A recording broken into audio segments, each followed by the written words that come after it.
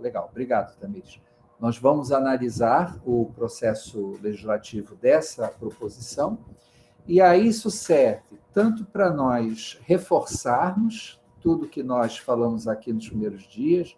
Então, eu vou dirigindo perguntas a vocês para que vocês possam utilizar os conhecimentos que eu tentei transmitir no início da semana para analisar este processo legislativo. E, ao mesmo tempo, como vocês sabem, né, é um projeto muito ruim, né, dos piores que poderiam, sem dúvida, ter sido aprovados no Congresso nos últimos tempos, sobre a demarcação de terras indígenas, e nós também vamos utilizá-lo para ver o que é possível fazer, né? Então, diante de uma proposição legislativa que vai tão contrária aos direitos fundamentais, que tipo de ação, que tipo de intervenção, quais são os espaços que nós podemos tentar ocupar para reverter, né? Eu peço uma pequena desculpa aos colegas quilombolas, porque tanto o caso de ontem quanto o de hoje diz respeito diretamente aos direitos indígenas, mas na seleção que eu fiz, realmente esses dois casos eram bastante completos, tá? Para a gente poder discutir o processo legislativo.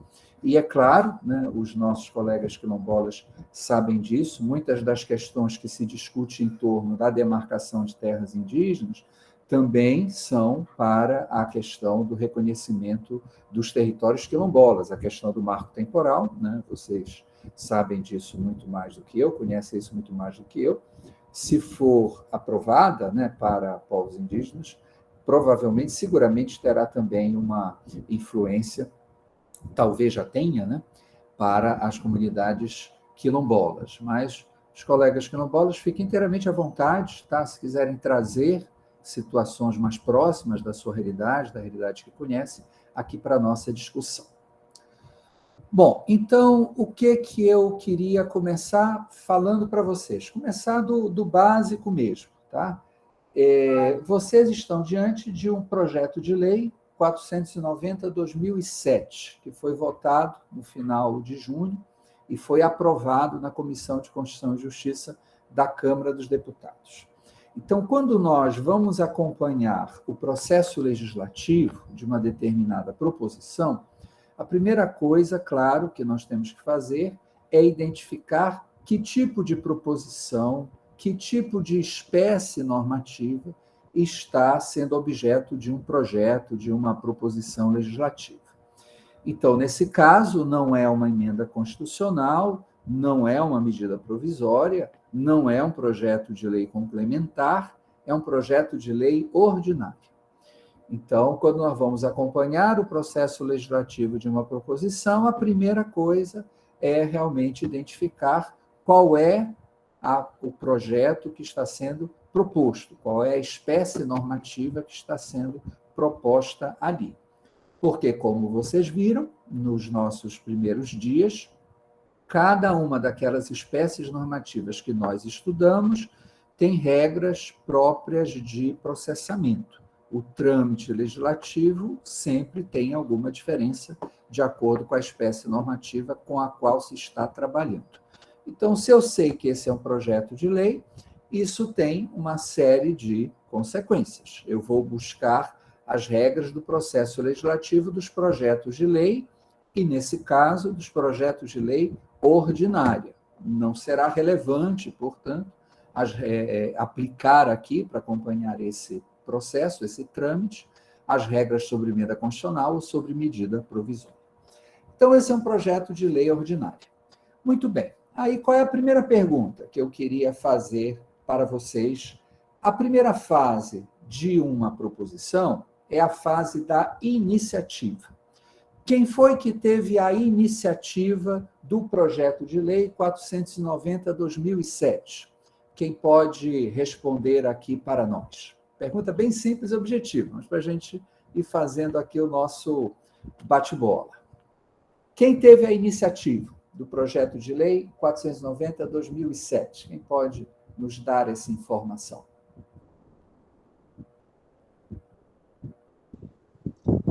Foi o deputado Romero Pereira, professor? É esse? Exatamente. Obrigado, Priscila.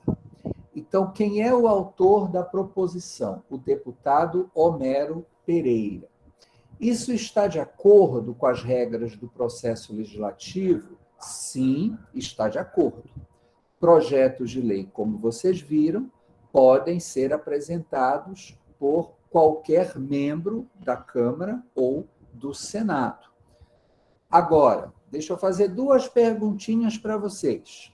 Se fosse uma proposta de emenda constitucional, o deputado Homero Pereira, sozinho, poderia ter apresentado essa proposta de emenda constitucional?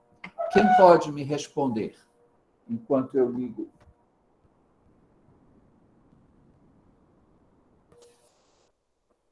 Vamos imaginar que não é um projeto de lei, que é uma proposta de emenda constitucional para mudar, por exemplo, o artigo 231. Nada estranho, já teve muito deputado e senador que quis mudar o artigo 231. O Homero Pereira poderia ter apresentado sozinho? Quem pode me responder? Não. Por que não, Dimas? Tá certo, não pode. Por quê? Precisaria ter um quórum mínimo, né? De 1/3 dos deputados. Perfeito, exatamente isso. Né?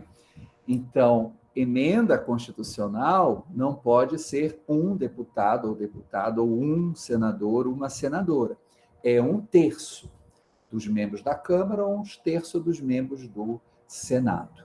Então, vejam que a fase de iniciativa dos projetos de lei, sejam ordinárias, sejam complementares, ela é mais simples do que outras espécies normativas, porque no caso da lei delegada é o presidente da República que pede, no caso da medida provisória é o presidente, no caso da iniciativa popular é 1% dos eleitores do Brasil, e no caso de emenda constitucional, além de outros atores, é 1/3 dos membros da Câmara ou do Senado. Muito bem. Aí deixa eu fazer uma outra pergunta, que ainda tem relação com essa fase de iniciativa. Imaginem que o deputado Homero Pereira, lá em 2007, não estava preocupado com a questão rural, com a questão indígena, estava preocupado com as Forças Armadas. O deputado Homero Pereira, por alguma razão, ele queria fazer alguma modificação na legislação sobre as Forças Armadas no Brasil.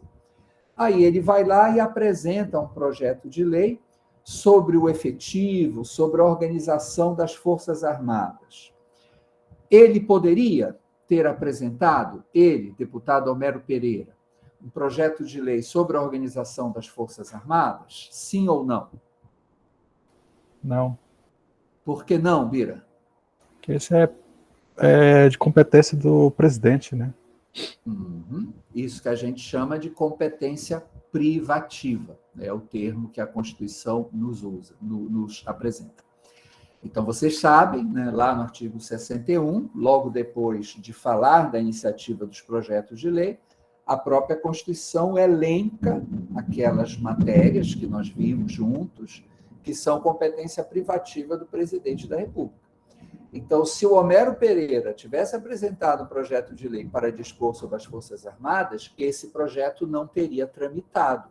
Esse projeto teria ido direto para o arquivo por ato da mesa da Câmara dos Deputados, porque claramente, flagrantemente, ele violava uma regra do processo legislativo que reserva ao presidente da República a iniciativa de projetos de lei em determinadas matérias, como é o caso das Forças Armadas.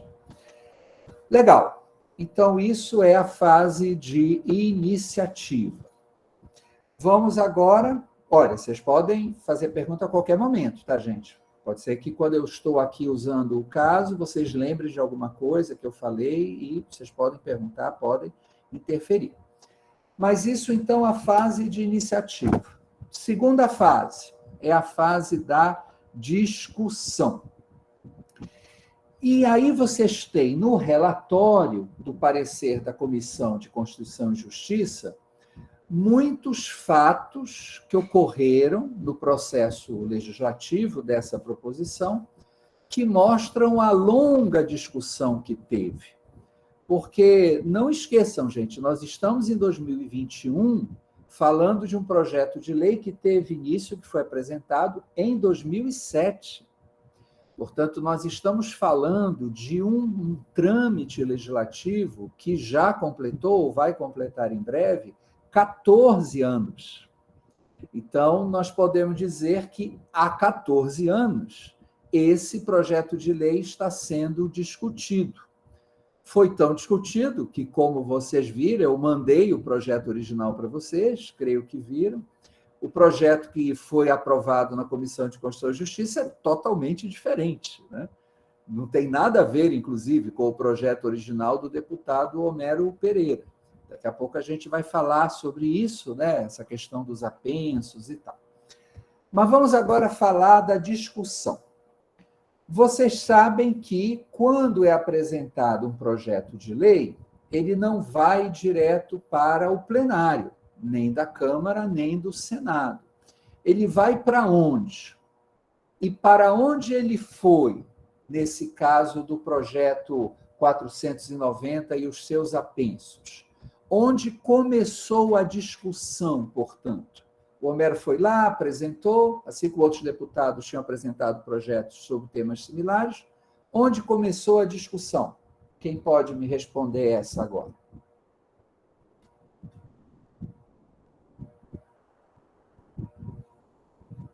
Não é pergunta difícil, isso está nas primeiras páginas aí do relatório da CCJ da Câmara.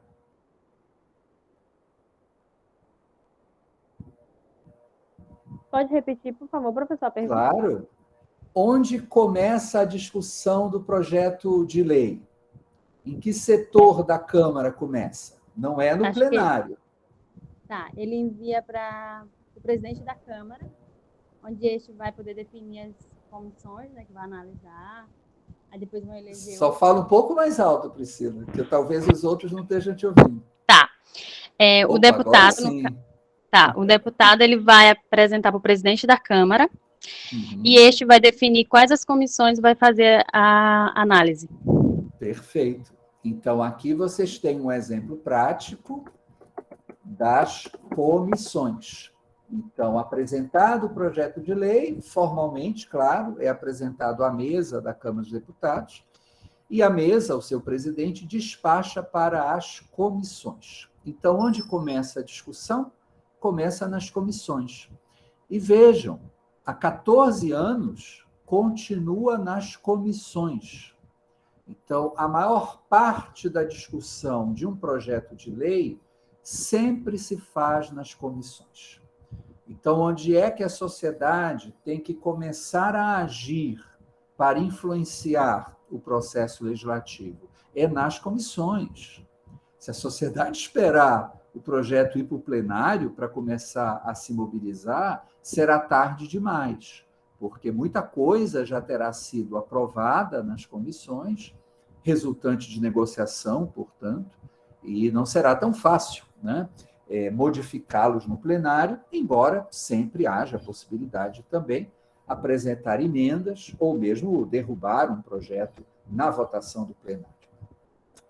Mas a discussão começa, portanto, nas comissões. Então, aqui nós estamos na segunda fase e estamos vendo que a discussão começa nas comissões. E este parecer que vocês têm, que é o último ato do processo legislativo, no final de junho ele foi aprovado, é o parecer da Comissão de Constituição, Justiça e Cidadania. Mas antes de ir para a Comissão de Constituição, Justiça e Cidadania, esse projeto de lei passou por outras comissões. Quais foram? Vocês podem identificar aí, no relatório, quais foram as comissões que, antes da CCJ, apreciaram esse projeto de lei?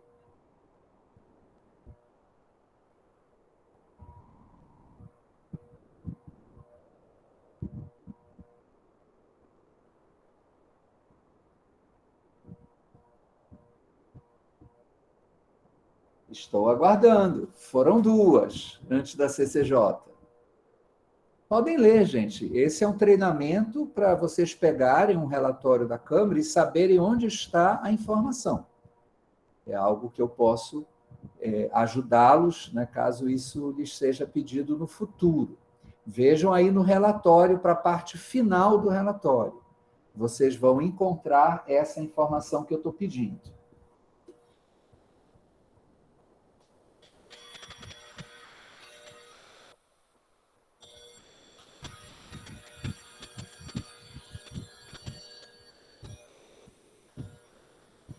Alô? Vou deixar para as meninas responderem. Isso, quem ainda não falou. Amanda, Madalisa. Se tiver problema no microfone, pode escrever aqui também. Mas está lá na página 3, gente. É o último parágrafo do relatório, tá? Então, foram 2 comissões, e vocês veem aí, a Comissão de Agricultura, Pecuária, Abastecimento e Desenvolvimento Rural. Foi a primeira comissão que apreciou o projeto de lei. E a segunda foi a Comissão de Direitos Humanos e Minorias. Tá? Então, essas comissões são comissões permanentes da Câmara dos Deputados e é também o que se conhece como comissões temáticas. Tá? Então, vocês podem, no site da Câmara e do Senado, muito facilmente encontrar, né, quais são as comissões temáticas de cada uma das casas. E, nesse caso, né, de acordo com o tema dos projetos de lei, foram 2 comissões, a Comissão de Agricultura e etc., e a Comissão de Direitos Humanos e Minorias. É sempre assim, tá? Processo ordinário, antes de ir para a CCJ, vai para as comissões temáticas, de acordo exatamente com o tema do projeto de lei, com aquele âmbito da legislação que se pretende regular com base nesse projeto. Houve até um incidente que eu lembro, porque é útil para nós, que houve um pedido, em algum momento do trâmite, para que a Comissão de Meio Ambiente também apreciasse esses projetos. Mas foi indeferido, não sei por que razão, mas isso aparece no trâmite, e seria possível porque nós podemos ter o projeto de lei apreciado até por 3 comissões. Tá? Então, isso está representado graficamente lá naquela página da Câmara dos Deputados. Então, nesse caso, foi apreciado por 2 comissões temáticas, mas poderia ter sido por uma terceira, poderia ter sido, realmente não sei a razão de que foi indeferido, a Comissão de Meio Ambiente também ter uma votação, né, uma discussão e uma votação sobre esse projeto. E aí eu pergunto para vocês, mais uma pergunta. Passou pelas comissões, né? Para ele seguir em frente, tem que ter sido aprovado pelo menos numa. Nesse caso, como a gente vai lembrar daqui a pouco, foi aprovado numa e rejeitado noutra. Tá? Mas vamos imaginar que ele foi aprovado em ambas. Por que precisa passar pela Comissão de Constituição e Justiça? Será que alguém pode nos falar? O projeto passa pelas comissões temáticas. Por que ele precisa ir ainda para a Comissão de Constituição e Justiça? Alguém pode nos dizer?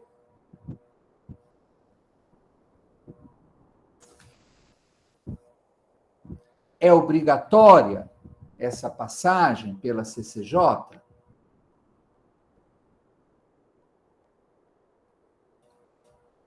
Sim, ela é obrigatória, tá, gente? Então, mesmo que seja... Desculpa, Priscila, você quer falar? É lá que vai, essa comissão que vai analisar a constitucionalidade do projeto? Perfeito. Por isso que é obrigatória. Vejam, aí mesmo na página 3, que eu estava lendo, o início do voto do relator, ele lembra disso. Cabe a esta Comissão de Constituição e Justiça e de Cidadania, o nome completo é esse, se pronunciar sobre a constitucionalidade, juridicidade, técnica legislativa e mérito do projeto. Então, é obrigatório. A Comissão de Constituição e Justiça, como eu falei para vocês, é sempre a comissão mais importante dos órgãos legislativos, porque tudo, ou quase tudo, passa por ela. E mesmo que as comissões temáticas tenham aprovado o projeto, se a Comissão de Constituição e Justiça entende que ele é inconstitucional, ela pode derrubar, rejeitar o projeto e mandar para o arquivo. Isso, inclusive, foi tentado, né, na votação este ano deste projeto, deste relatório, melhor dizendo, na CCJ. O argumento da inconstitucionalidade foi levantado pela minoria, foi levantado pela oposição, mas, infelizmente, não conseguiu ter a maioria dos votos na CCJ. Então, sempre prestem muita atenção em que órgão legislativo for, em quem preside a Comissão de Constituição e Justiça. Na Câmara, infelizmente, para os direitos dos povos tradicionais, é a deputada Bia Kicis, do PSL do Distrito Federal, que, evidentemente, não tem simpatia, né, por esta causa, porque é um poder muito grande que o presidente da CCJ tem, seja na Câmara, seja no Senado.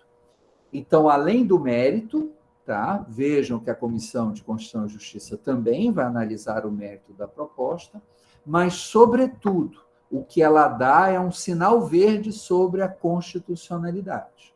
Então, os membros da Comissão de Constituição e Justiça devem se pronunciar sobre a compatibilidade daquele projeto com a Constituição.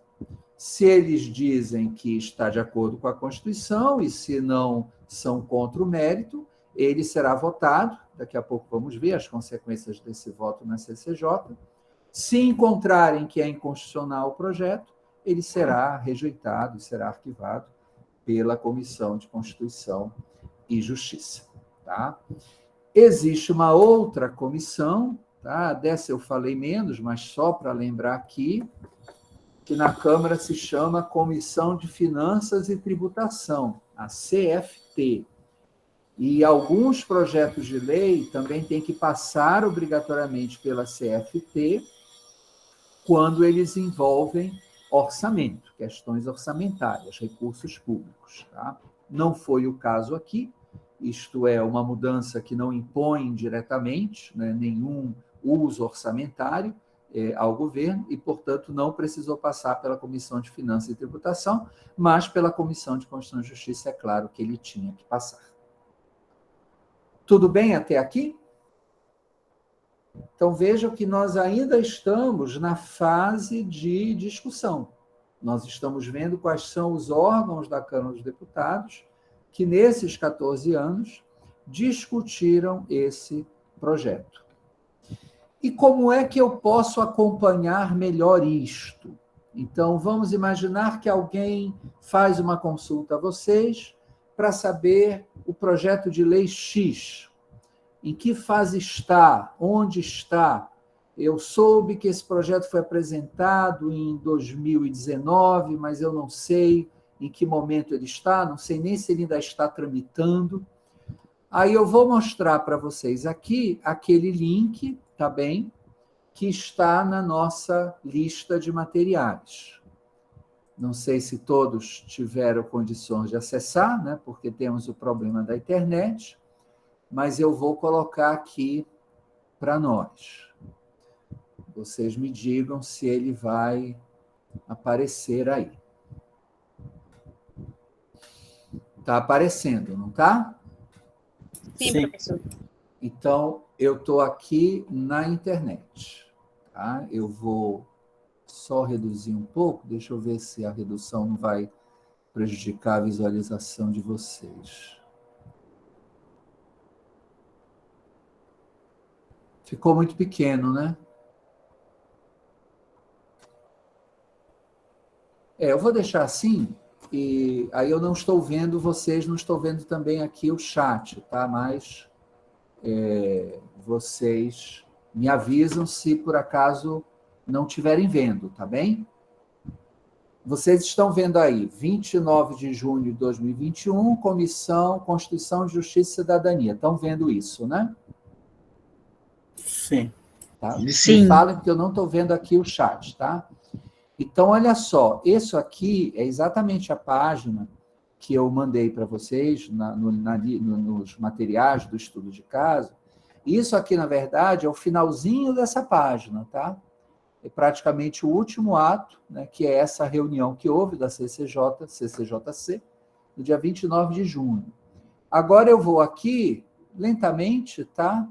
Lá para o início dessa página. Depois eu vou voltar para o final, tá? E depois eu vou mostrar para vocês como vocês entram aqui, que não é difícil, tá? Então, agora vocês estão vendo o início da página, não é isso? PL 490/2007, está todo mundo vendo? Sim, isso. Pronto. Então, aqui começa a história. Você fez a pesquisa no site da Câmara, o Senado também tem um mecanismo de pesquisa parecido, a forma é diferente, o da Câmara eu acho, inclusive, melhor, mas vocês podem também pesquisar tudo quando o projeto estiver no Senado. Então, olha só, PL 490/2007, projeto de lei. Aí aqui, se você quiser acessar o inteiro teor, você tem o texto. Foi exatamente aqui que eu baixei e enviei para vocês. O projeto original, que é muito diferente, como vocês já viram, do que finalmente foi aprovado na CCJ. E aí começa aqui, olha, apensados. O que é apensados? Faz parte da técnica legislativa que, quando você tem vários projetos sobre o mesmo tema, eles sejam reunidos, como também nós apensamos processos judiciais. Então, aqui, quando a gente fala, como eu mesmo, né, no nosso plano de ensino, como a mídia fala, projeto de lei 490/2007, na verdade, gente, não é só ele, tá? Na verdade, o que está sendo discutido é o projeto 490 e todos esses outros aqui que eu destaquei agora. Vocês estão vendo aí o meu destaque, né? Olha só, outros projetos que foram apresentados em 2007, teve um que é de 2000, olha aqui, tem um projeto de 2020, desculpa, 2 de 2020, super recentes, que foram apensados. Qual é a lógica aqui? Muito simples. Todos esses projetos diziam respeito, de uma ou de outra maneira, à questão de demarcação de terras indígenas. Então, para que eles possam ser discutidos e votados, esses projetos são apensados. E todos eles, vejam aí, são descritos brevemente nas páginas 2 e 3 do nosso relatório. Então, abram de novo aí o arquivo, que vocês vão ver que todos os projetos apensados são brevemente descritos aqui nas páginas 2 e 3 do relatório do deputado Arthur Maia. Então, mas essa informação você pode obter direto no site da Câmara. Então, vamos dizer que alguém lhe pergunta o que aconteceu com o PL 1216 de 2015, esse último aqui, né? Aí você vai no site da Câmara, já eu vou mostrar para vocês como você faz isso, e aí você descobre, ele está pensado ao PL 490/2007. Então, eu vou acompanhar, né, o trâmite do PL 490/2007 para saber o que aconteceu com o PL 1216/2015. Está dando para visualizar, gente? É claro que numa sala de aula isso é sempre mais fácil, por isso que eu pergunto se está ok. Eu posso continuar assim, usando essa página? Pode. Tá. Aí nós vamos para o que realmente mais interessa. Tá? Aqui vocês têm todos os anexos, as emendas aos substitutivos, histórico de despachos, histórico de pareceres, substitutivos e votos. Então, todos os documentos que foram sendo produzidos enquanto esse projeto de lei e seus apensos foram discutidos na Câmara, vocês encontram aqui. É tudo pela internet, você não precisa fazer nenhuma solicitação para a Câmara. Você vai lá e baixa diretamente do site. E aí, finalmente, nesse longo quadro, olha, isso aqui começa em maio de 2008, já foi no ano seguinte ao ano em que o projeto foi apresentado, e esse quadro aqui, aliás, desculpem, isso aqui é só os pareceres, tá? Passando um pouco mais para baixo, aqui a tramitação. Aí, aqui no item tramitação, tá? Estou destacando aqui, vocês vão ter todas as fases da tramitação desse projeto de lei.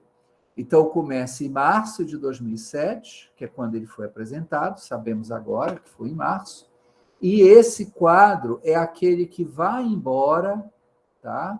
Olha só, tudo isso aqui foi a fase de discussão desse projeto, até que, finalmente, ele chegou na CCJ, e daqui a pouco a gente vai voltar para cá para ver como aconteceu essa votação. Então, aqui tem informações que são úteis, tá? Então, vou mostrar para vocês algumas delas. Depois, né, como a Priscila Creio nos falou, depois que o projeto foi apresentado, a mesa diretora, estão vendo aí a minha marca, né? Encaminhou para as comissões de Direitos Humanos e Minorias e a própria Comissão de Constituição e Justiça. A Comissão de Direitos Humanos e Minoria começou a discutir esse projeto no próprio ano de 2004. A relatora foi essa deputada do PT, não sei se ela ainda é deputada, Irini Lopes. E na Comissão de Direitos Humanos e Minorias, como vocês viram no relatório, o projeto foi rejeitado. Só que depois, outros projetos foram apresentados, e aqui aparece, olha só, a Comissão de Agricultura, Pecuária e Abastecimento, ainda no ano de 2007. Então, embora o 490 não tivesse sido originalmente enviado para a Comissão de Agricultura, outros projetos foram, e a comissão decidiu por apensar todos eles. E aí você vai ter uma longa discussão, vejam como fica durante um bom tempo nas comissões. Aí você vê que, às vezes, o projeto fica parado, né? Então, ao final de cada legislatura, os projetos que não foram aprovados são arquivados, mas eles podem ser desarquivados. Então, esses projetos foram desarquivados em 2011, foram desarquivados em 2015, foram desarquivados em 2019, mas, às vezes, eles ficam muito tempo sem serem mexidos. Veja aqui um exemplo, olha, tem um despacho da mesa em novembro de 2011 e a outra movimentação já vai ser mais de um ano depois, em abril de 2013. Muitas vezes são acordos, muitas vezes os parlamentares na comissão decidem retirar de pauta, entendem que não há maturidade para votar aquilo, o próprio governo, né, pode orientar os seus líderes a que não seja votado, porque não interessa. Então, tudo isso aqui, gente, com todos os detalhes. Vejam outro exemplo. Ele ficou parado de junho de 2015 até dezembro de 2017. Né? Isso já na Comissão de Constituição e Justiça. Tudo isso é que vale a pena nós acompanharmos, tá? Porque nós temos que saber sempre onde o projeto está, em que fase da discussão ele está. Quem é o relator na comissão? O relator já apresentou o relatório? O relatório já tem data para ser votado? O que é interessante para nós? Agilizar ou atrasar a votação do relatório? Esse projeto nos interessa? Vamos levá-lo a voto porque nós achamos que vamos ganhar? Legal. Esse projeto não nos interessa? Temos chance de derrotá-lo? Não. Então, vamos adiar a votação.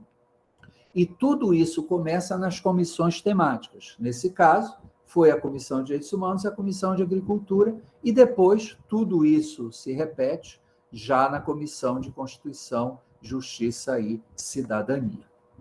E aí eu recomendo, para que vocês não fiquem aqui vendo tudo isso, depois vocês deem uma olhada nessa fase final, tá? Aqui, já em junho, veja a manifestação da Joênia, vocês encontram aqui no site também. veja as negociações que se tentou fazer, né, no âmbito da CCJ. Vocês vão ver que todos os destaques foram derrotados. Tá? Depois eu falo disso, dos destaques lá para o plenário. Tá bem? Então, esse é um material de trabalho que vocês têm. Sempre que vocês quiserem ou precisarem acompanhar um processo legislativo, né, você vai entrar no site da Câmara e já com o estudo aqui da nossa disciplina, espero que tenha sido útil, você sabe como funciona esse processo legislativo e você sabe que ele vai para a comissão. Se ainda não saiu das comissões temáticas, não vai ter votação ainda na CCJ. Se saiu das comissões temáticas, aí você já tem que acompanhar na CCJ. E se a votação da CCJ não for final, você vai acompanhar do plenário, que é este caso, né? O projeto não terminou, a discussão e a votação não terminaram, vai para o plenário. Eu queria agora mostrar para vocês como se chega aqui no site da Câmara, mas antes, não sei se essa página, alguém tem alguma pergunta, alguém viu, porque eu já tinha mandado para vocês no nosso material, viu o link, viu alguma coisa que queira perguntar, para entender melhor, para facilitar uma eventual pesquisa, um eventual acompanhamento que vocês tenham que fazer. Alguém quer perguntar alguma coisa sobre essa página? Professor, Diga, não sei quem é, mas fale. é Priscila. Nessa página que eu consegui acessar, o senhor mandou o link. Mas, por exemplo, se eu quiser pesquisar um projeto de lei diferente, como é que eu faço esse processo? Isso. Então, é isso que eu vou mostrar agora para vocês, tá?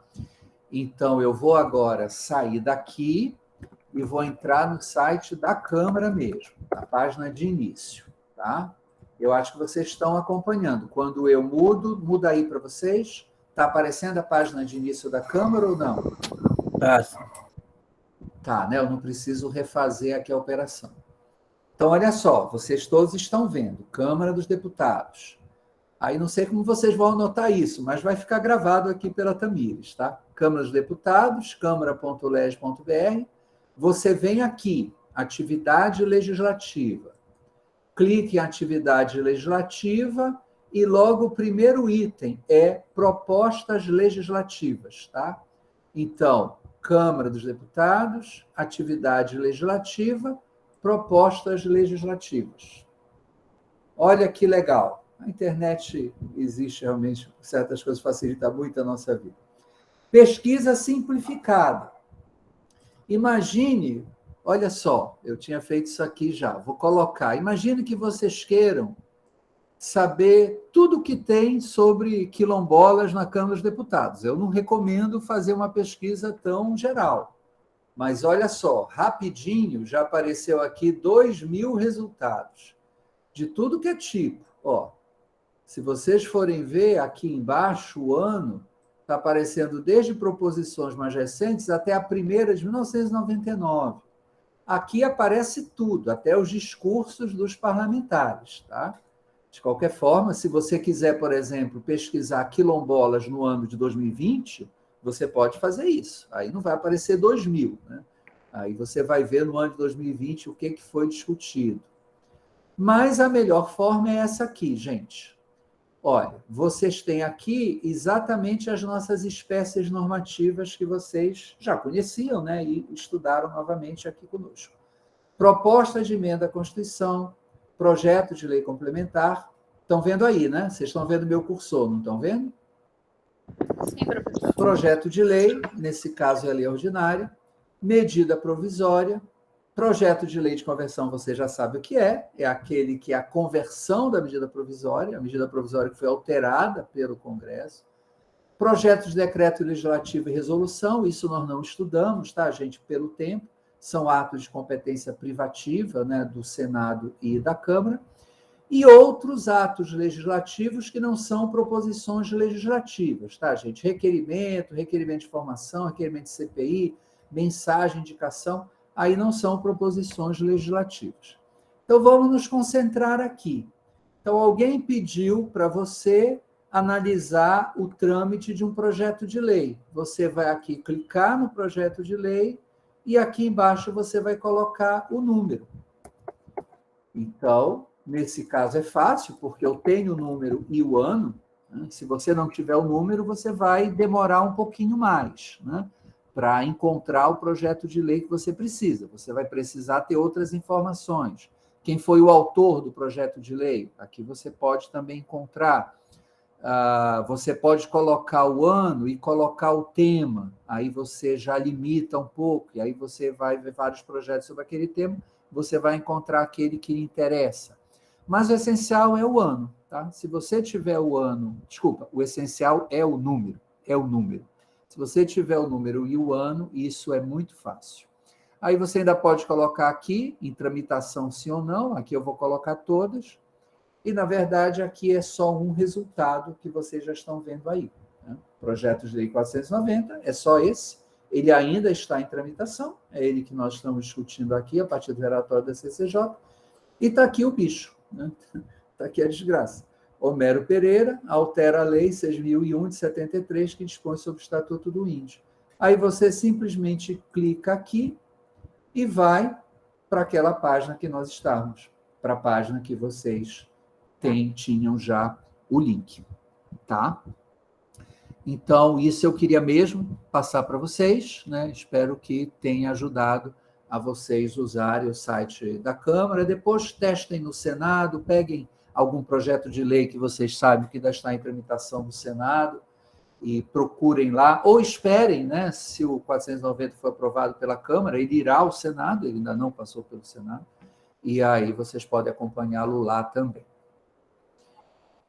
Foi útil, gente, mesmo dessa forma meia boca, né, da aula remota? Tem alguma coisa que vocês queiram que eu volte aqui para entender melhor como funciona, ou está tudo ok? A gente pode seguir em frente no nosso estudo de caso. Alguém me responda.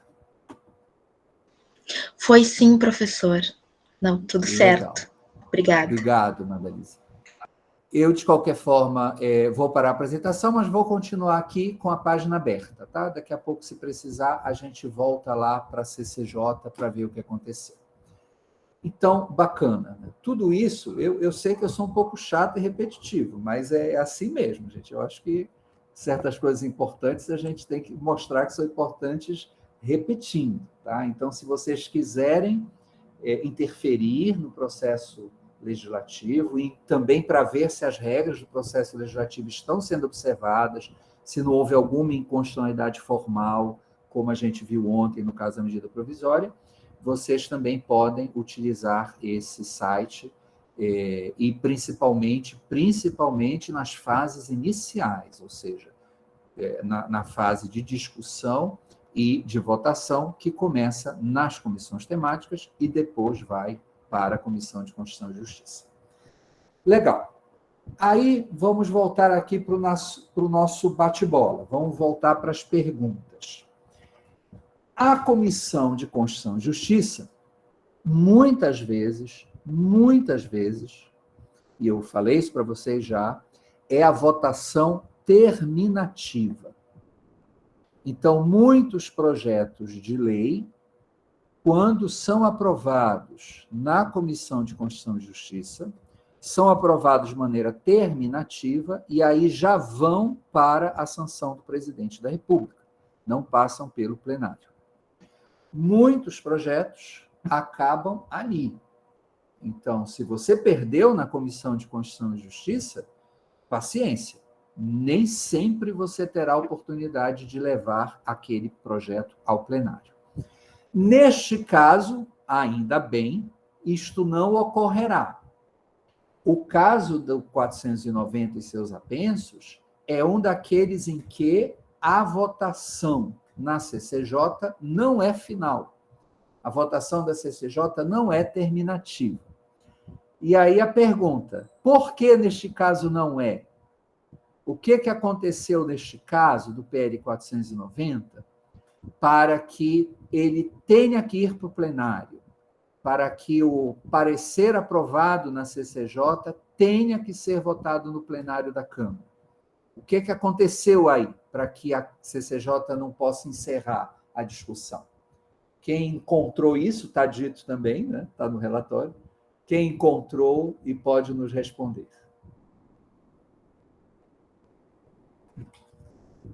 Qualquer um, gente, mesmo quem já falou.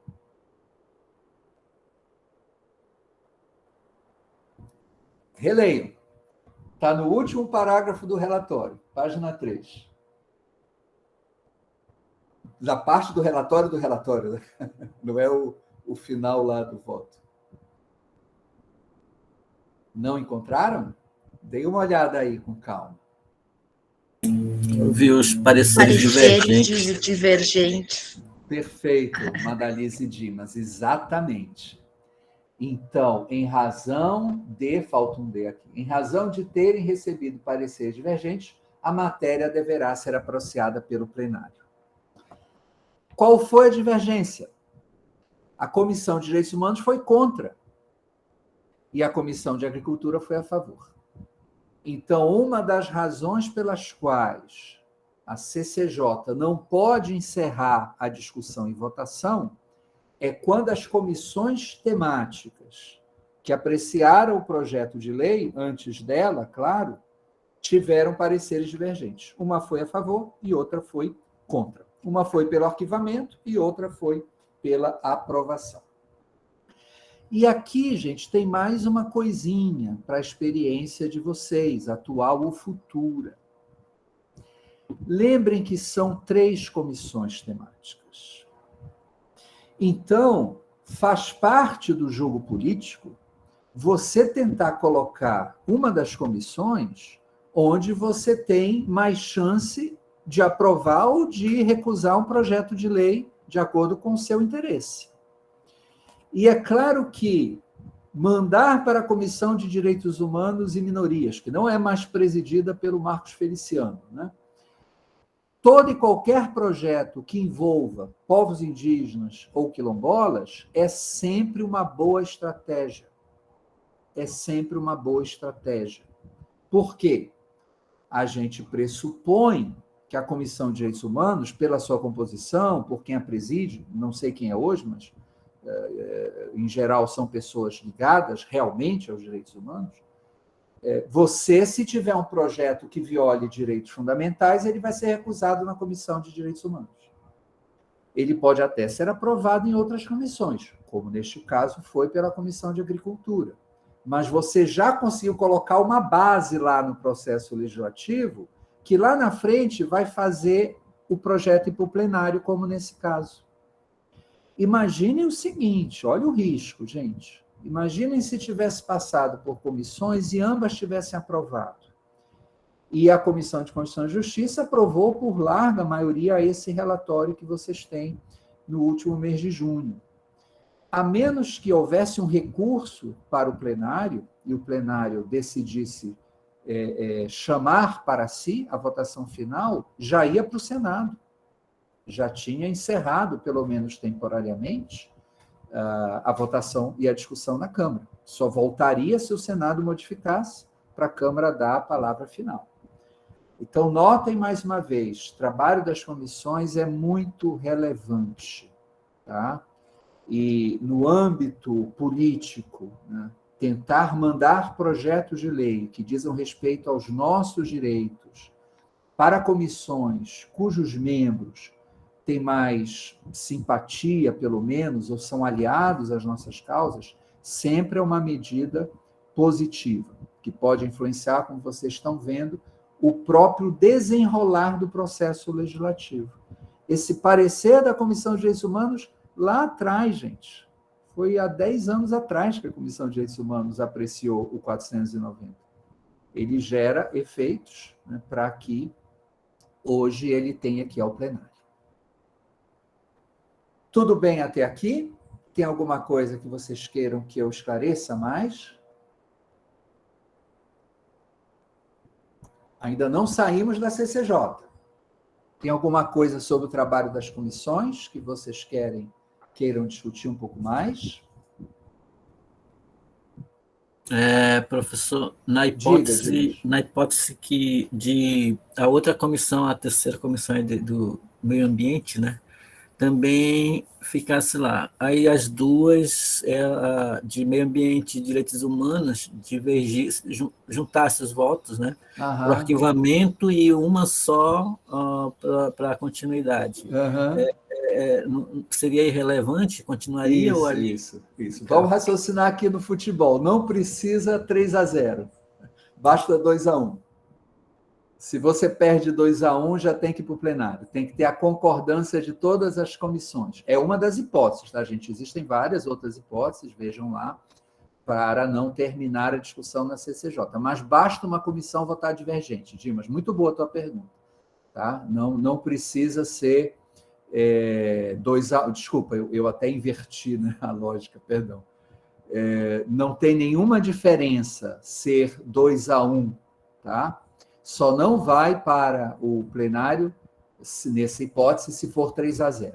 Tá? Então, basta uma comissão divergir que vai para o plenário, como nesse caso, que foi 1-1, mas se fosse 2-1, o resultado era o mesmo. Ok, obrigado. Tá bem?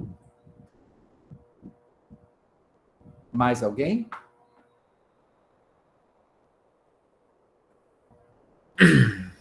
Professor, Diga, Miguel. professor, me desculpe, é o que tenho muito problema de internet, às Eu vezes sei, Miguel, fique tranquilo. Eu Rafa, agradeço o teu esforço, tá? Por estar aqui conosco. professor, quando eu estava ontem assistindo umas aulas atrasadas, que eu não assisti bem, aí eu cheguei nessa CCJ, né? Comissão de Constituição e Justiça. Só uma curiosidade, assim, essa comissão é formada de quais membros? São os políticos, todos políticos? Tem algum juiz no Isso. meio? Não. Isso. Essa é a minha Aqui, Miguel, dúvida. aqui, Miguel, nós estamos falando exclusivamente da Câmara dos Deputados, tá? Portanto, todos os órgãos da Câmara dos Deputados somente podem ser compostos por deputados e deputadas federais, assim como, se nós estivéssemos falando de órgãos do Senado Federal, todos eles somente podem ser compostos por senadores e senadoras. Então, lembre aqui, Miguel e demais, da lógica da separação de poderes, né? Se eu exerço um cargo legislativo, eu não posso exercer um cargo judiciário e vice-versa. Se eu exerço Professor, um cargo acho que legislativo... se falhou meu internet. Oi, Se Miguel, eu não caiu estou da te internet. ouvindo. Eu acho que meu. Na internet. Mas você está me ouvindo? Você está me ouvindo agora, Miguel?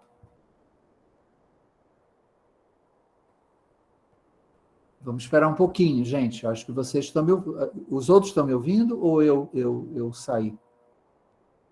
Então, te Sim, ouvindo, professor. Tá, vamos esperar um pouquinho, ver se o Miguel volta. Porque eu ouvi ele dizendo que tinha caído da internet. Acho que ele já não estava me ouvindo. Miguel, você está aí? Manda uma mensagem aqui se você estiver me ouvindo, que aí eu volto a falar.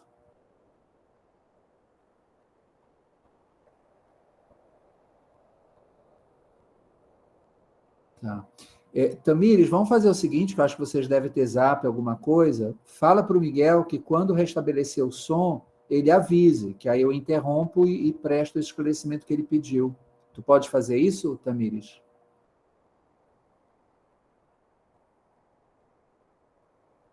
Ei, Tamires, tu estás aí?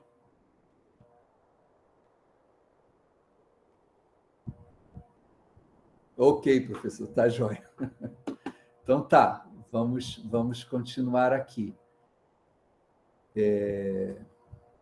Sim, mas tem alguma outra pergunta? Alguém mais gostaria de falar? Sim, professor. Só Diga, para Bira. complementar a dúvida do Miguel. Uhum. É por isso que, mesmo passando pela comissão e sendo aprovado, ainda é possível um projeto ir para no STF para ser analisado e ser julgado através da ADIM, Ação Direta de Inconstitucionalidade. Só quando virar lei, tá, Bira? Só Isso. quando virar lei. Lembrem do que talvez o Breno tenha falado Aham. para vocês, de controle preventivo, sucessivo. embora haja algumas formas de controle preventivo, né, as pessoas usam essa expressão, o Brasil é caracterizado pelo controle sucessivo. Então, somente a lei promulgada pode ser objeto de ADIM. Aí sim, no dia seguinte, né? Sim, professor. Promulgou a lei, você entra com a ADIM no Supremo, mas antes não. Sim, porque o Miguel estava perguntando se nas comissões tinha a juiz ou coisa parecida, e esse era o entendimento que eu ia perguntar para o senhor, que é nesse caso que, na maioria das vezes, a análise ela é feita do ponto de vista político. E aí, por isso que em alguns casos, depois de promulgada a lei, ela vai parar no Supremo Tribunal Federal para ser julgado a questão da inconstitucionalidade. Tá. Então talvez eu não tenha entendido a pergunta do Miguel. Pensei que ele estava falando mesmo da participação, né, onde fica, né, a Comissão de Constituição e Justiça. Mas é isso mesmo. Agora, note, gente, o discurso jurídico sempre está presente, né? Se vocês leram esse parecer do deputado Maia, né, do deputado Arthur Maia, vocês veem que a fundamentação dele é qual? A gente não vai discutir muita questão material aqui, se tiver tempo até, se vocês quiserem, mas isso vocês conhecem muito mais que eu, nem preciso discutir com vocês. Mas vocês viram que todo o tempo ele fundamenta em acórdãos do Supremo Tribunal Federal? Vocês viram isso. E lembrem do que a gente comentava ontem, né, sobre as perspectivas de ações no Supremo, como também aqui existem limites, né? Então, veja como todo o tempo o deputado... Inclusive, se vocês não sabiam disso, viram alguns dos piores trechos sob o nosso ponto de vista desse projeto de lei, são exatamente os termos usados pelos ministros do Supremo Tribunal Federal. Percebam isso, leiam com atenção o relatório. Vejam como ele, muito inteligentemente, pega trechos de votos dos ministros do Supremo, Carlos Aires, Menezes Direito, Gilmar, Theory e acórdãos, né? Esses ministros foram relatores de acórdãos, não é apenas o seu voto individual, eles compuseram a maioria, e ele faz um copia e cola, tira determinadas expressões, né, do voto e coloca lá no projeto de lei que hoje está aprovado, já foi enviado para o plenário da Câmara para ser discutido e votado. Então, Bira, eu estou chamando a atenção disso a partir da tua pergunta, para vocês verem que no processo legislativo as decisões são políticas, mas os argumentos jurídicos sempre aparecem. Tá? Então, os deputados e senadores, eles nunca vão dizer apenas eu voto nisso porque eu quero. Eles vão dizer que votam nisso porque querem e porque está de acordo com a Constituição. Porque, no mínimo, a Comissão de Constituição e Justiça tem que fazer isso. No mínimo, a Comissão de Constituição e Justiça tem que dizer que está de acordo com a Constituição. É para isso que ela existe. Constitucionalidade, juridicidade, técnica legislativa. Professor, e eles então, têm ele usou aqui... também, né? Claro, e muito boa, né? Pessoas tecnicamente muito bem formadas, muito competentes, como vocês também estão estudando para ser. Nós temos aqui não só os acórdãos do Supremo Tribunal Federal. Oi, Mônica, seja bem-vinda. Nós temos aqui não só os acórdãos do STF, mas o parecer, isso quem acompanha lembra, né? Já no governo Temer, o parecer da AGU, que veio também para interromper o processo de demarcação de terras indígenas. Outro documento jurídico, veja, é um parecer da Advocacia Geral da União, homologado pelo presidente da República, o que tem uma consequência. Ele passa a ser vinculante para a administração pública federal. Então, notem, é política? É. Todos nós sabemos muito bem quais são os interesses dessas pessoas. E não é, com certeza, proteger os povos indígenas, e não é uma concepção de desenvolvimento do país que nos interessa. Ao contrário, é a concepção de desenvolvimento que nós temos que recusar, de uma vez por todas. Especialmente nós, né, que vivemos aqui na Amazônia. E aqui, apesar disso tudo, Bira e demais, vocês têm argumentos jurídicos, argumentos cuja base são decisões do STF. E é claro que a esses argumentos nós também temos que responder juridicamente. Então, isso vocês têm acompanhado, né? Todos os contra-argumentos, não apenas da inconstitucionalidade, mas é evidente que esse projeto de lei contraria a Convenção 69 da OIT, contraria a Convenção Americana de Direitos Humanos.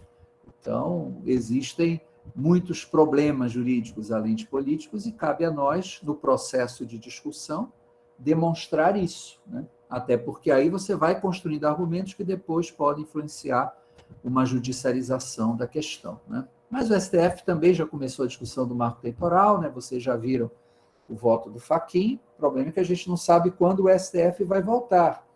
E, na verdade, vocês sabem que havia uma pressão política, né, de segurar a votação no STF para dar tempo de aprovar esse projeto de lei.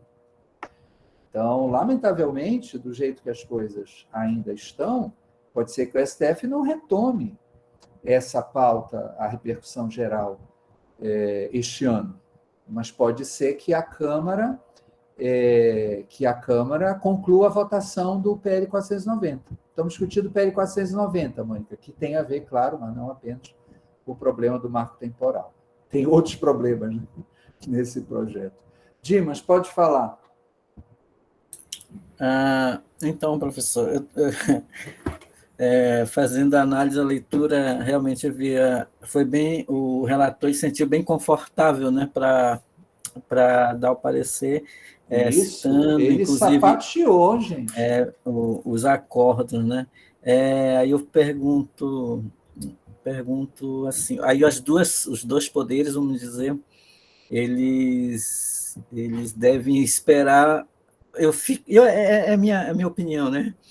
Eles devem esperar um ou outro, até porque, vendo o relatório dele, penso eu que ele aguarda o STF, né? Aí teria mais embasamento para assegurar, vamos dizer, o que eles pretendem, né? Do outro lado, o STF também fica ali, né, protelando para ver se assegura alguma coisa. Enfim, eu acho que nesse meio, onde é que o movimento social, agentes indígenas ficariam, né? Como é que deveria se movimentar? Tem que jogar nos dois lados, né, Dimas? Tem que jogar nos dois lados. O melhor cenário, como vocês sabem, é que o STF derrubasse o marco temporal. Porque metade desse parecer ia para a lata do lixo, né? Então, se o STF seguisse o voto do Fachin, eu não li todo o voto, né, li trechos, então me parece que sobre essa questão do marco temporal ele está muito bem colocado. Você vê que a fundamentação do parecer iria cair por terra, pelo menos uma parte dela. E, claro, também o parecer da AGU, que teve como base a famosa decisão da Raposa Serra do Sol e as condicionantes. Mas nós não temos controle, né? Eu diria para vocês até que sobre a pauta do STF nós temos menos controle do que sobre a pauta do Congresso. Porque a pauta do Congresso, claro, o presidente da Câmara e do Senado decide, mas você tem a pressão dos próprios membros, né? Então, o Poder Legislativo realmente funciona com base de negociação, mesmo que às vezes a maioria decida parar de negociar e passe o rolo compressor, mas o dia a dia do parlamento é a negociação. Então, por causa disso, a sociedade consegue influenciar mais o que vai ser votado no Congresso do que no STF, porque no STF, como vocês sabem, eu acho que o Breno também discutiu isso com vocês, senão eu vi no material dele, no STF o que aconteceu? O ministro pediu vista, salvo engano foi o Alexandre, né? Depois do voto do Fachin, e ninguém tem controle sobre quando o Alexandre vai devolver com o voto dele. Ninguém controla isso no STF. Nós temos muitos casos de ministros que pediram vistas em temas polêmicos e levaram anos para apresentar o seu voto. E não se pode fazer nada, né? Não se pode fazer nada. As partes podem requerer que o ministro devolva, podem ir lá de joelhos. Se o ministro, que tem absoluto controle, né, sobre os seus prazos, não quiser engavetar, sabe, sei lá por que razão, ele vai engavetar. Então, a pauta, tá, do STF, a gente acaba tendo menos controle do que a pauta sobre o Congresso. Então, nós não sabemos, né, quando o Alexandre, que foi ele, devolverá a ação, e não sabemos também, quando o Alexandre apresentar o seu voto, se não vai ter um terceiro ou quarto ministro que vai pedir vista e vai ficar mais alguns meses. Então, eu acho que hoje, lamentavelmente, a Câmara deve colocar isso, né? Existir agora a questão da reforma política, né, que estava ocupando muito, também tem todo o problema tributário e financeiro, não temos LDO, não temos orçamento, e uma proposta de imposto de renda que está lá parada também não caminhou como o governo queria. Mas eu não sei se realmente agora em outubro, que já não tem a pressão da legislação eleitoral, que tem que ser promulgado o ano antes, o Arthur Lira já não vai colocar isso para votação. Já está no plenário, gente, já saiu da CCJ, acabou na CCJ, e agora o presidente da Câmara decide. Vamos ver, né? Mônica, pode falar. Oi, Mônica. Oi, professor. Boa tarde. Boa tarde a tarde. todos. Desculpa a demora, professor. Eu estava em uma outra evento. Eu soube, a Tamires me informou com o Girolamo. Não tem problema. Professor, pegando o gancho aí da fala do Dimas, o que mais me incomoda nessa discussão sobre marco temporal, sobre a PL, realmente que a sociedade não compra a briga, a sociedade não compra o discurso mesmo do marco temporal. Até porque essa categoria especificamente, essa tese especificamente, na verdade, as categorias jurídicas, elas se restringem muito ao âmbito da academia, então não tem um domínio, a sociedade não consegue ter o domínio, não consegue ter o entendimento, a dimensão de quão prejudicial a aprovação de uma tese dessa. Toda a sociedade, né? Não apenas para os interessados. Aí, assim, o marco temporal a gente já paira nas nossas mentes, nos nossos imaginários, né? Há um certo tempo, né? Como o senhor bem colocou, desde do julgamento lá da Terra do Sol. Serra do Sol. Isso. Desde aí que o Aires colocou, reafirmou, né? Na verdade, iniciou essa tese do marco temporal. Desde desse momento, nosso imaginário já vem nos colocando enquanto movimento para entender, né, o que seria essa tese e quanto isso atingiria nos nossos processos de demarcação e regularização. Aí, distintamente, os processos se deram, né, em momentos distintos da nossa política, né, enquanto o marco temporal para as comunidades quilombolas, ele foi discutido ali pela ADIM 3239, se não me engano, no processo, quando foi discutido a condicionalidade do decreto 4887, que regulamenta, né, o processo de regularização fundiária. A gente conseguiu lograr êxito, né, nesse aspecto específico do marco temporal. E hoje a gente se depara com novamente essa discussão, agora com uma outra categoria de povos tradicionais, que é o indígena, né? Só que aí eu trago assim, a discussão estritamente constitucional. Eu acho, sim, que não tem como não ser, uma discussão constitucional, ela realmente tem esse viés. Haja visto que, por exemplo, o direito indígena, ele está elencado no artigo 231, né, da Constituição. E sobre este artigo especificamente, professor, que eu queria falar, porque aí a gente tem algumas distinções para o marco temporal indígena e para o marco temporal quilombola, né? Por exemplo, a dimensão, assim, no meu ver, são duas categorias especificamente nesse artigo, no 231, que a gente precisa entender e dominar para enfatizar a nossa defesa e nossa argumentação jurídica. Primeiro é o termo reconhecimento, que ele coloca assim, que é reconhecido aos povos indígenas o direito da cultura, uma coisa assim, cultura, sociedade, religião. Então, seria esse termo reconhecimento. E o termo originário, né? Que a gente também reiteradamente vem discutindo sobre isso. ambos os termos, eles fazem menção a um direito que ele é postulado, que ele existe anteriormente da formação do Estado. Quando o Estado, ele reconhece, ele está dizendo que era um direito que já existia. Quando o Estado, ele denomina uma comunidade quanto originária, ele está dizendo que aquela comunidade existia antes mesmo da Constituição. Então, quando se coloca em choque quando se coloca em choque aquilo que a Constituição postula, que aquilo que a Constituição elenca, é paradoxal até para o Supremo. Eu entendo assim, é difícil, é paradoxal eles estarem questionando algo que a Constituição é explícita, né? O direito, ele é explícito no que tange a questão do direito territorial, do direito da posse da terra, da propriedade, que tem as suas distinções para os públicos, né? Enquanto para o quilombola é propriedade, para o indígena é posse. Mas o que é que eu queria trazer, que é, mais uma vez, aquilo que eu coloquei na minha fala de ontem, é que essa discussão ela não pode ser dissociada de uma discussão sociológica e antropológica.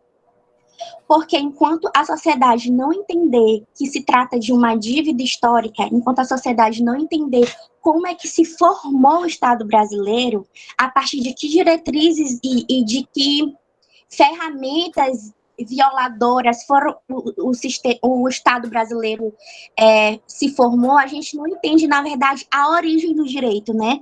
A necessidade de ratificar reiteradamente que existe esse direito. Aí a gente teve a oportunidade na cadeira, inclusive do professor Girolamo, de estudar um pouquinho sobre isso, né, e sobre a construção da ordem econômica mundial. Aí a gente estudou um pensador, o Joseph Inokone, uma coisa assim, Joseph. Ele é um pensador africano, e nigeriano, na verdade, e ele fala, professor, que a ordem econômica, ela na sua origem, ela é escravocrata, ela utilizou da mão de obra escrava, e aqui no contexto brasileiro, escrava tanto africana, negra quanto indígena, para a formação do sistema capitalista. Então, a gente precisa entender esse processo de construção inicial, né? Precisa entender posteriormente essas frentes de fronteiras e essas frentes de ocupação que nos retiraram do nosso território, e eu falo isso porque também no artigo 231 ele faz menção às áreas que são tradicionalmente ocupadas. Então, esse tradicionalmente, que é outra categoria que está em questão, quando a gente fala de marco temporal, sobre a ocupação, sobre o modo de ocupação, sobre o período de ocupação, ele é questionado também por isso, porque o Estado, por si só, ele já foi um violador, ele já tomou por diversas formas, diversos momentos. Aí, Mônica. Olha só, desculpa te interromper, mas é porque eu também ainda tenho umas coisas para falar, mas eu queria só comentar o seguinte.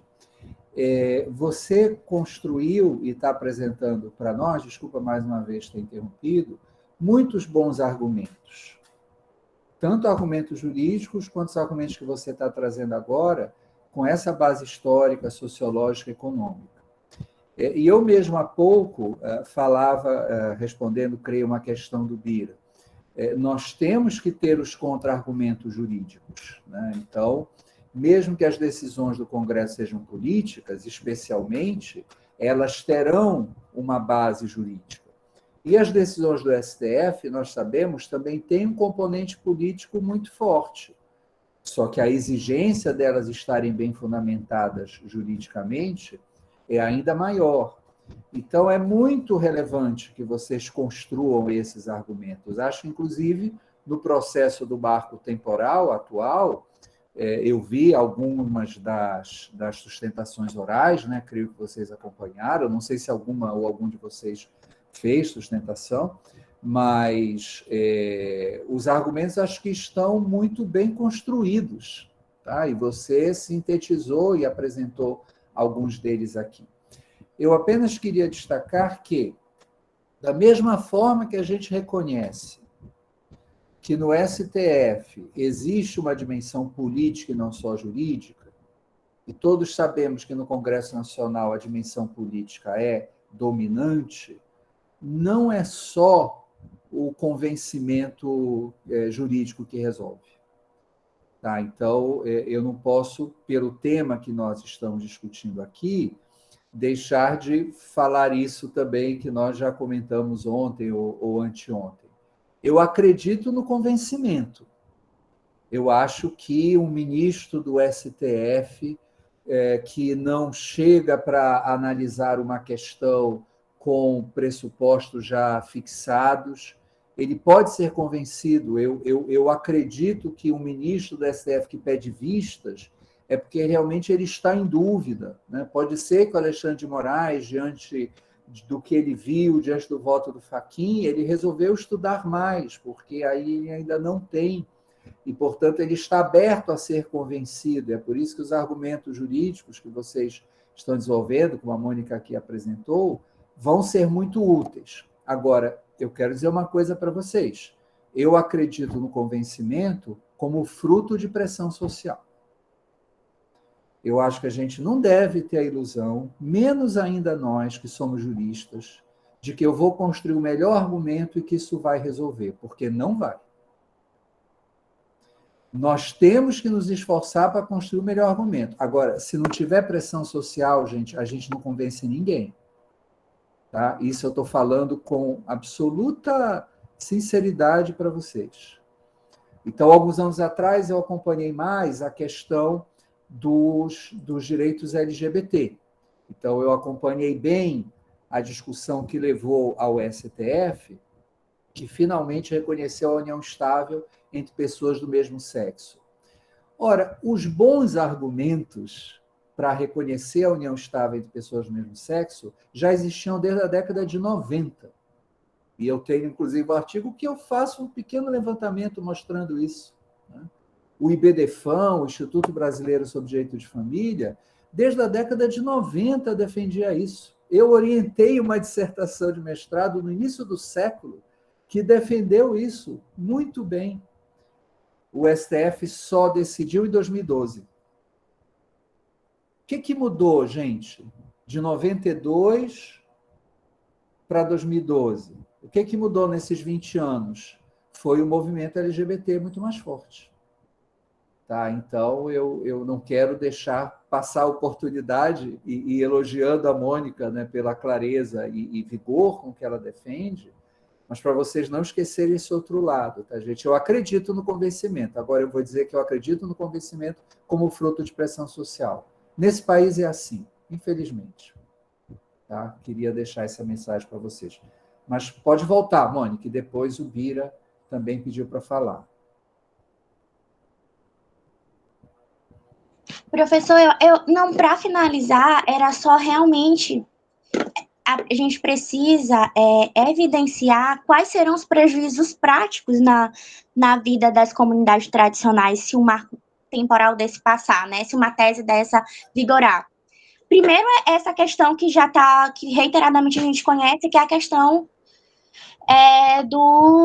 da força vinculante, né? Da força vinculante. Então, por mais que hoje esteja em xeque o marco temporal na questão indígena, se o marco temporal indígena passa, o marco temporal quilombola também vai passar. Então, a gente não entende que o cenário vai ser diferente, só porque a gente está mudando a categoria de identidade. Nesse sentido, eu também acho que a CONAC está apoiando, está presente, teve presente lá as 3 semanas atrás, na ocupação que teve em Brasília, né? Então, a CONAC está firmemente, inclusive, o nosso coletivo jurídico Joãozinho do Mangal também está presente, está articulado com o Conselho Indigenista daqui do Brasil. Então, existe uma correlação de forças também aí e uma união para esse embate, né? Mas, além dessa força vinculante, a gente também poderia destacar, por exemplo, uma anistia à grilagem de terra, que é basicamente o que vai acontecer. As pessoas que grilaram terra por um período, eles vão ser premiados. Tem um dispositivo nesse projeto de lei que só não fala de grilagem, né? Mas todo mundo sabe quem é que vai se aproveitar. que são os grandes latifundiários e ruralistas. Aí tem dois aspectos que a gente também precisa mencionar, que seria, por exemplo, o que já está acontecendo, que é a retificação das áreas que foram demarcadas, que isso é um prejuízo colossal. O artigo 11. É o artigo da grilagem desse projeto. Sim. Aí tem essa questão, que é a redução das áreas que já foram demarcadas, né, que a gente já vem vivenciando na prática, já existe um exemplo disso, né? E a questão da possibilidade, inclusive, de não regularizar e não demarcar mais nada para ninguém. Então, traz uma insegurança jurídica para um direito adquirido, assim, imensurável, imensurável. Tá. Mas olha só, gente, então, retomando aqui, tudo isso está sendo discutido no Supremo, mas, nesse momento, o Supremo Tribunal Federal tem um pedido de vista e ninguém sabe, ninguém tem controle de quando volta para o plenário. Então, nesse meio tempo, gente, a pressão, ela é no Congresso. Tá? E é isso que eu ainda quero falar com vocês, porque nós estamos aqui ao vivo. Nós estamos falando não foi como ontem, que é uma coisa de 2 anos atrás, nós estamos falando do hoje. E eu ainda quero voltar para terminar e falar mais umas coisas aqui para vocês sobre esse processo legislativo. Vamos lá, Bira. Você tinha pedido? Pode falar. Eu estava ouvindo aqui o senhor falar a respeito da importância da gente ter a contra-argumentação. E olhando a defesa, né, os argumentos da PL 490, achei interessante realmente que, você veja bem, quando eles pegam o voto do Aires Brito, né, e quando o Aires Brito, não sei se ele foi infeliz em achar que, criando essa teoria do marco temporal, como ele mesmo falou no voto dele, que ele iria colocar uma pá de cal, né, nas intermináveis discussões com referência à questão do marco temporal, ainda que em outras constituições lá atrás tivesse expresso essa questão do nosso direito com relação ao nosso território, né? Então, outra coisa, a nossa sorte ainda é porque esse voto dele lá, com o território Raposa Serra do Sol, ele não criou algo que vinculasse, foi somente para aquela ocasião, para aquela terra, para aquele caso em si, porque senão, hoje talvez eles teriam muito mais ainda como argumentar se ela vinculasse. Mas veja, Bira, que infelizmente, e isso o deputado também incorporou no parecer, embora a decisão da Raposa Serra do Sol não tenha efeito vinculante formal, não tenha força vinculante formal, acho que vocês discutiram isso com o Breno, né, efeito vinculante, efeito erga omnes, o próprio ministro Barroso, né, citado nesse parecer, diz que ela tem uma força material, né, argumentativa. Né? E, então, infelizmente, embora não tenha esse efeito vinculante formal, como a partir da decisão da Raposa Serra do Sol, outras decisões do STF foram tomadas, as principais citadas nesse parecer da CCJ. Com base no marco temporal, existe sim um argumento forte de que isso é um precedente. Né? Eu li, inclusive, um parecer de um professor muito conhecido e respeitado no Brasil, que defendia, né, que, embora não fosse formalmente vinculante, a decisão da Raposa Serra do Sol é um precedente que tem que ser observado pelo STF. O contra-argumento o Fachin já deu. Né? O Fachin, no seu voto, já mostrou como, mesmo que fosse um precedente formal, o STF pode dispor sobre ele, e o Fachin traz toda a legislação internacional, né? Toda a evolução da jurisprudência nacional dos direitos humanos, para também justificar que o STF não pode manter essa interpretação limitadora, né, dos direitos indígenas. Então, muito bem, gente, olha só, vocês têm os outros professores muito melhor do que eu para discutir isso, né? Discutiram com o Girolamo, então eu, na verdade, mais aprendo, né, quando vocês falam dessas questões, do que posso ensinar. Mas o que eu queria, assim, já para caminhar para o fim, é falar o daqui para frente. Então, olha, nós chegamos numa situação em que nós ainda estamos na fase de discussão e votação, tá? Esse projeto de lei e seus apensos, pela razão que nós já vimos, irá para o plenário, e no plenário, portanto, continuará havendo discussão e votação. A diferença é que, quando vai para o plenário, é muito mais curto. Vocês viram que há anos as comissões estão discutindo esses projetos de lei. Agora, da feita que a CCJ votou e aprovou o parecer, vai para o plenário. Basicamente, o que vai acontecer? O relator vai apresentar, né, o seu relatório ao plenário, e o plenário vai votar, sim ou não. Não existe outra comissão. Tá? Agora é o plenário, são todos os membros da Câmara dos Deputados que vão se manifestar. E aí, o que vai acontecer? Que eu já falei aqui para vocês como funciona. Primeiro, tem uma votação na totalidade. Então, a primeira coisa é o parecer dele, exatamente isso que vocês têm, que não foi alterado uma vírgula, que vai se apresentar na Câmara dos Deputados, e a Câmara vai votar a favor ou contra o parecer. E eu acho que é muito provável que, se isso for votado, será aprovado na totalidade. Mas aí o que restará? Restarão os destaques. Então, diante de um projeto de lei que contraria os nossos direitos, se a gente perde na aprovação do relatório, nós ainda podemos tentar retirar do projeto os seus itens mais prejudiciais. E aí eu queria voltar, só para vocês terem uma ideia de como isso funciona, voltar lá para aquela página da Câmara. Infelizmente, o saldo aqui não foi positivo, mas eu quero mostrar, e talvez no plenário as coisas mudem um pouco de figura, né? Tendo em vista também o acúmulo de mobilização. Então, me digam se está aparecendo novamente aqui, 29 de junho, a última reunião da CCJ. Vocês estão vendo aí? Me confirmem. Alguém fale, por favor, que eu não estou vendo o chat. Sim, professor. Tá. Então, vejam, aqui em cima, olha só qual foi a votação do parecer. 40-21. Gente, foi uma goleada, né? Foi uma goleada.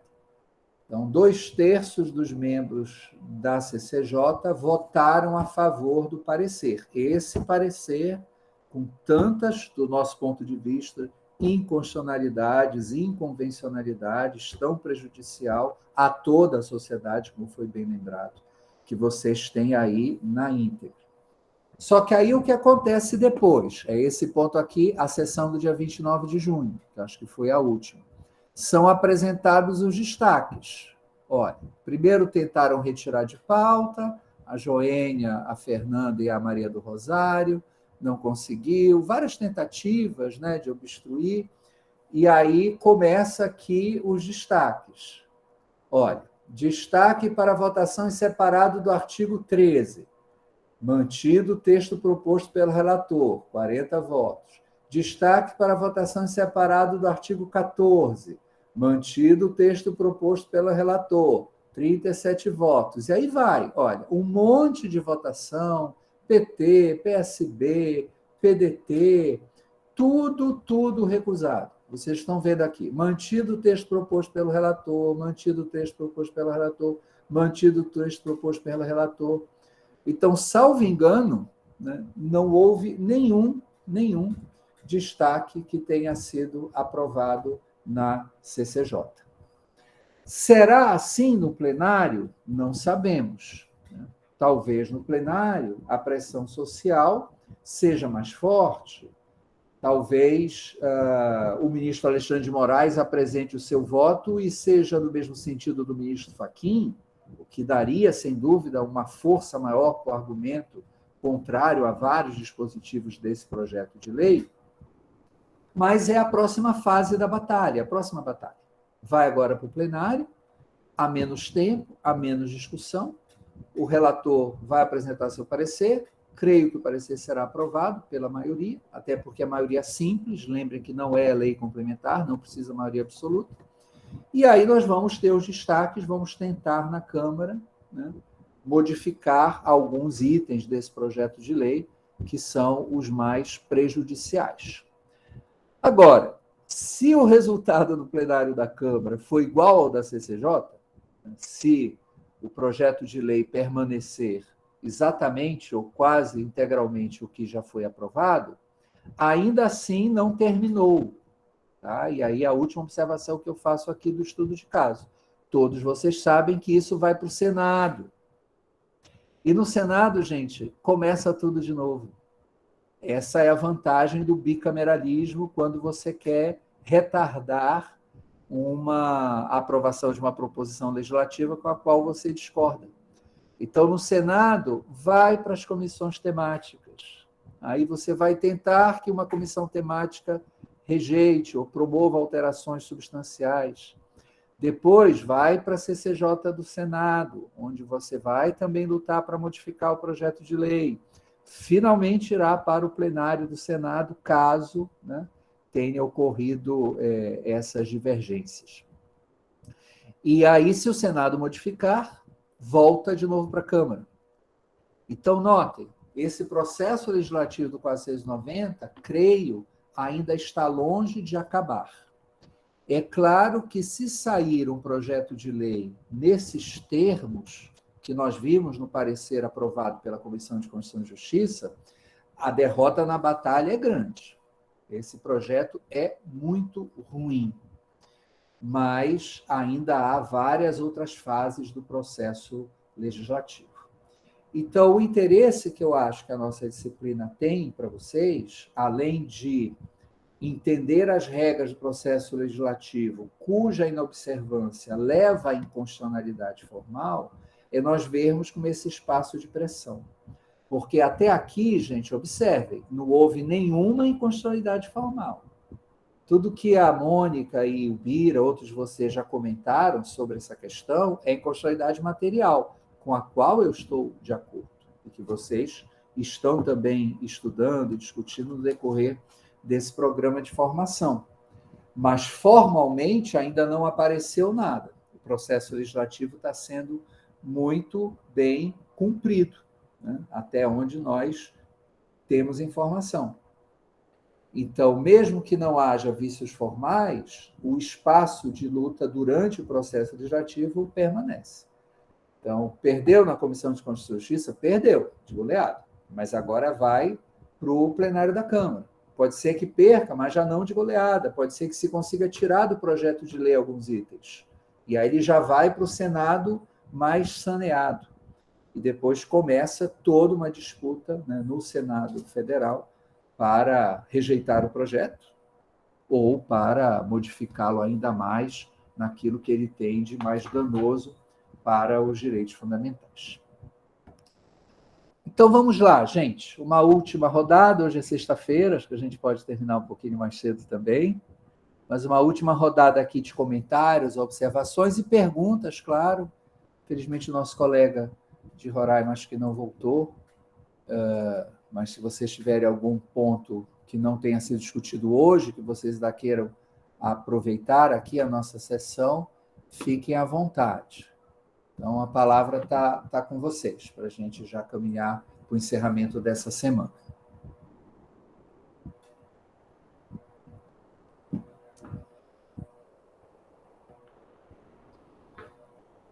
Deixar aí para o pessoal que está calado. O pessoal que ainda não falou, que quiser falar um pouquinho, para me dar o prazer de ouvir a voz, já que eu não tive o prazer de vê-los pessoalmente, mas espero que isso aconteça.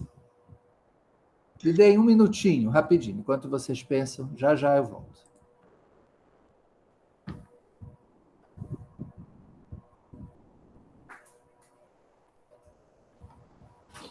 Madaleza, o chimarrão, Madaleza.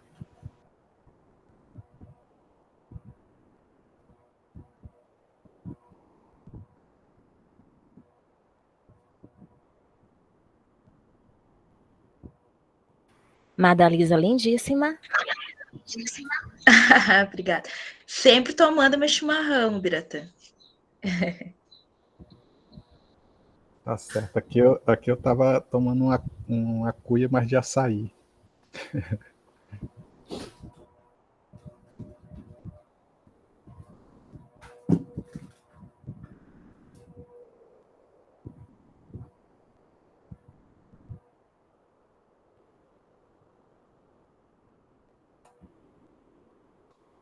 Oi, vamos lá. Madalisa, você quer falar? Você ligou sua câmera? Vai ligar o microfone? Isso não é só agradecer mesmo, professora. Eu não falei muito durante a semana, falei quase nada praticamente.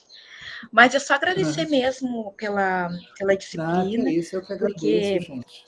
para mim foi muito boa, porque consegui fazer, compreender melhor alguns temas, como a medida provisória, todos, né, a emenda à Constituição, eu consegui entender bem melhor, que eu ainda fazia muito confusão com relação a prazos, né, e termos, então, só agradecer mesmo, porque para mim foi Ah, bem bom, bacana. assim, conseguir ter um maior Tá, entendimento a respeito desses temas. tá. Obrigado, Madalisa. Obrigado. Bom, então acho que a gente pode se despedir, né? Não sei se alguém ainda quer falar alguma coisa, esclarecer alguma dúvida, mas eu realmente que agradeço, gente. Nós temos esse programa de pós-graduação em Direitos Humanos já há quase 20 anos, quando nós fizemos uma grande mudança no curso de mestrado que existia, o mestrado em Direito da Federal do Pará, e é claro que nós escolhemos trabalhar na área de direitos humanos com ensino e pesquisa por uma determinada visão, né? E que é compartilhada por todos ou quase todos os professores e professoras que integram esse programa, né? E eu sou hoje já um dos mais antigos, né? Estou nele já há mais de 20 anos, e para nós realmente é uma alegria enorme, enorme, vocês talvez não saibam, assim, não se deem conta, ter um programa como esse, né?